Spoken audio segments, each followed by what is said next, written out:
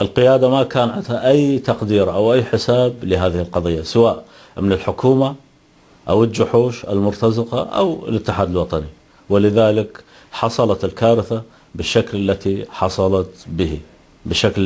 حصلت به للأسف الشديد. وكانت الخسائر مروعة وكبيرة وعجيبة، وأيضا خسائر باردة، ضحايا بدون ثمن وبدون سبب.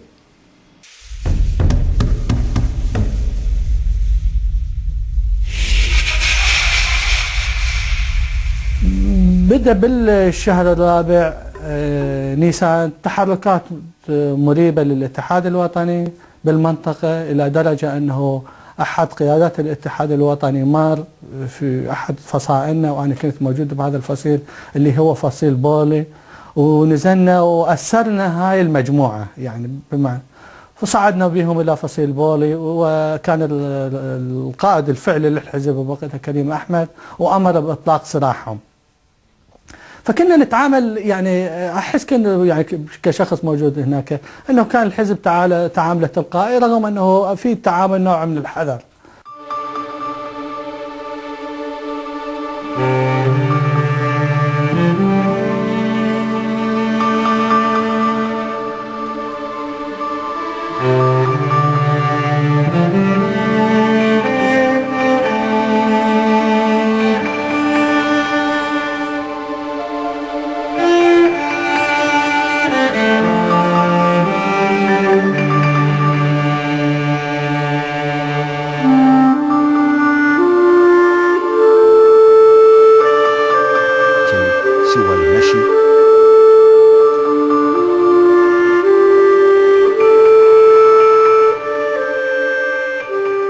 ما زالت العلاقة بين الحزب الشيوعي والاتحاد الوطني يطبعها الود برغم وجود تشنجات وأزمات، لكن قيادة الحزب الشيوعي لم تحذر قواعدها من عدوان مفاجئ ضدهم.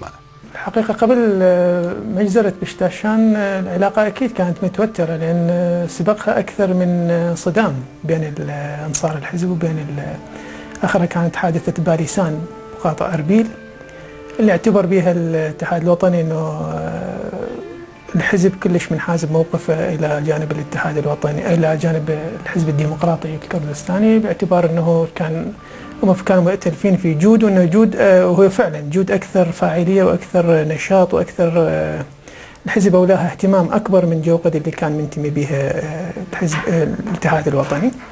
فعمليا كان هناك نوع من التوترات، سبقتها حتى اشتباكات وقتال، وهم أعتقد خسروا موقعهم حسب ما أتذكر بباريسان، وهي قضية يعني خلفت أثر مزعج داخلهم، إضافة إلى أنه هم اعتبروا إلى حد ما وجودنا يعتبر ضمن وجود جود داخل منطقة سوران، وهم كانوا يفضلوا يردون أو بشكل أساسي يردون يهيمنون هيمنة كاملة على منطقة سوران.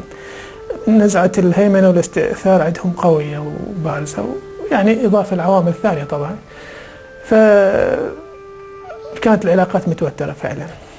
اكو خلافات، يعني الحزب الشيوعي في وقتها دخل في جبهتين، جبهة مع الحزب الديمقراطي الكردستاني جود، وجوقد مع الاتحاد الوطني ومجموعته، وهكذا. الاتحاد الوطني في ذاك الوقت كان على خلاف مع الحزب الديمقراطي الكردستاني، ولا يمكن أن يلتقون، كان خلاف يعني حتى يصل للقتال، ومعروف يسموه برايكوجين، هم عندهم قتال الأخوة، معروف أخذ سنوات طويلة وخسائر كبيرة من كلا الطرفين راحت في وقتها.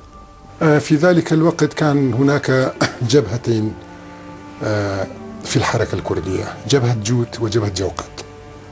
جبهة جود كانت تتألف من الحزب الديمقراطي الكردستاني، من الحزب الشيوعي العراقي، ومن الحزب الاشتراكي الكردستاني.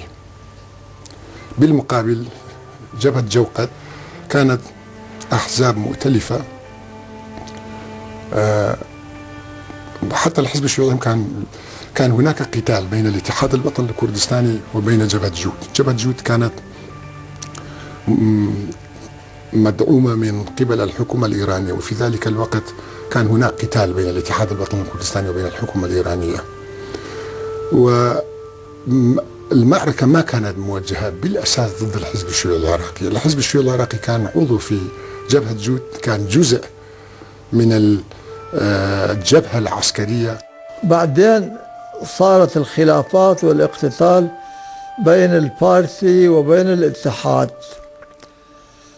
من 66 وجاي، من أمر الجولات القتالية بيناتهم، أحداث حكاري اللي أدت إلى تصفية مسلحي جلال الطالباني مرة أخرى.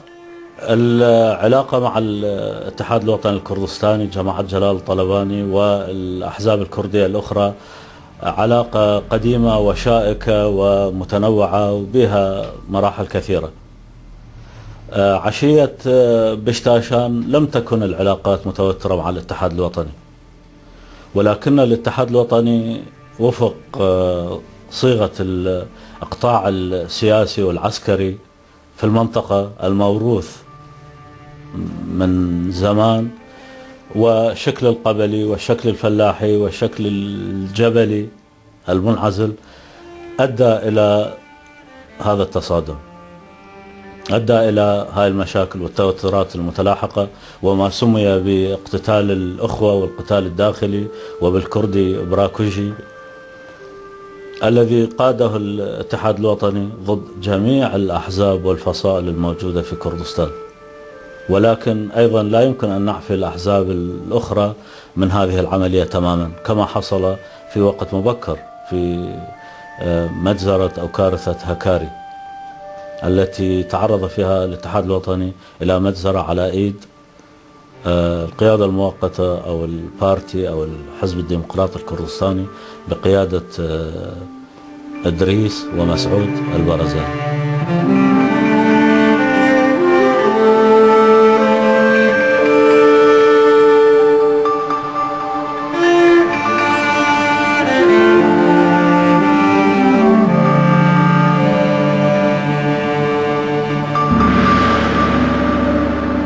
يقول قادر رشيد أحد أنصار الحزب الشيوعي الناجين من باشتاشان إنه تلقى رسالة سرية من الرفيق عمر علي الشيخ أبو فاروق مسؤول المكتب العسكري تقول: اتركوا نوكان أنت والمفرزة التابعة لك فور تسلم الرسالة واتجهوا إلى باشتاشان.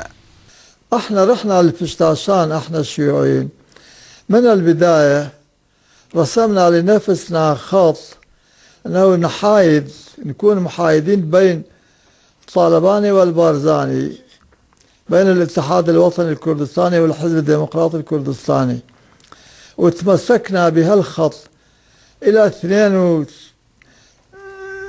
سنة 82 لما رجع السكرتير والمكتب السياسي تولوا القيادة مباشرة مكان مكتب الإقليم، ومن ذاك الوقت ففقدنا، ضيعنا الاستقلالية والحياة.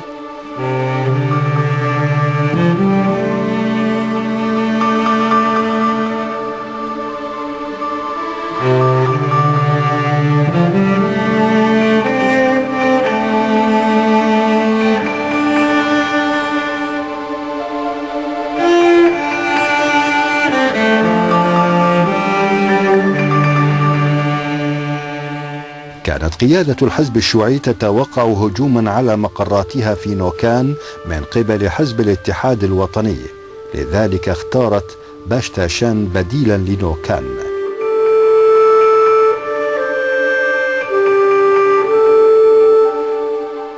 ليلة الأول من أيار مايس 1983 كان الأنصار الشيوعيون مشغولين بتعليق الزينة ورفع أعلام الحزب احتفاء بعيد العمال العالمي.